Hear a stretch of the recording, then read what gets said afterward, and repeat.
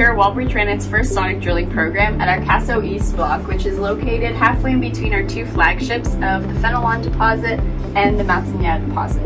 The sonic program was located in the southern portion below the upper break of the Sunday Lake Deformation Zone in the down ice direction, as well as other secondary features and structures of interest that were identified from airborne magnetic surveys. So we chose to do sonic for this program for a few main reasons. First, we have a very thick overburden layer that isn't till that was deposited from Glacial Lake Ojibwe, and we're in close proximity to the Harricana Moraine, which means we have a lot of material which is not till and therefore not prospective for our activities. And so sonic is a good way to get us to the till and also guaranteeing that we are in the unit we say we are, because what we do with drift prospecting in particular as well is we recreate glacial history to ensure that the anomalies we find in the till can be traced back to their sources. And the best way to do this really under thick drift is with sonic overburden drilling. It gives us assurances that we're in the material we think we are. We can test this material for geochemical analysis and other physical properties to also characterize the unit and determine where the till originated from. And it also gives us good bedrock, and we can see really fantastic contacts and context of deposition that we would not get with RC or other methods. Another great part about sonic drilling is we're actually able to see the contact between our basal till and our bedrock.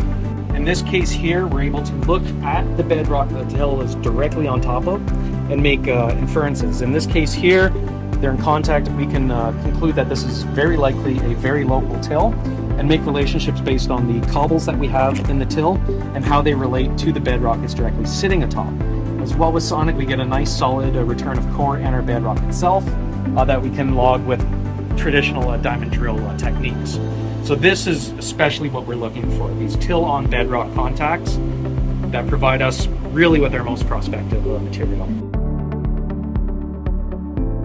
An example of why we can use sonic in this way is here we have a large glacial fluvial package, and we can see that it ranges from medium to fine-grained sand that fines downwards, and as we come further down we get into finer grained sands, the introduction of silt, color changes, which can also be associated with the carbonate percentage in it and how much quartz comes from sorting, whether it's a beach deposit or a more fluvial or glacial fluvial deposit. And as you can see, we get further down, this material here, it's finer, a lot more silt content. This is a lower energy environment before getting into a quick blip of high energy, low energy, and high energy interbeds before we come into a really nice till contact.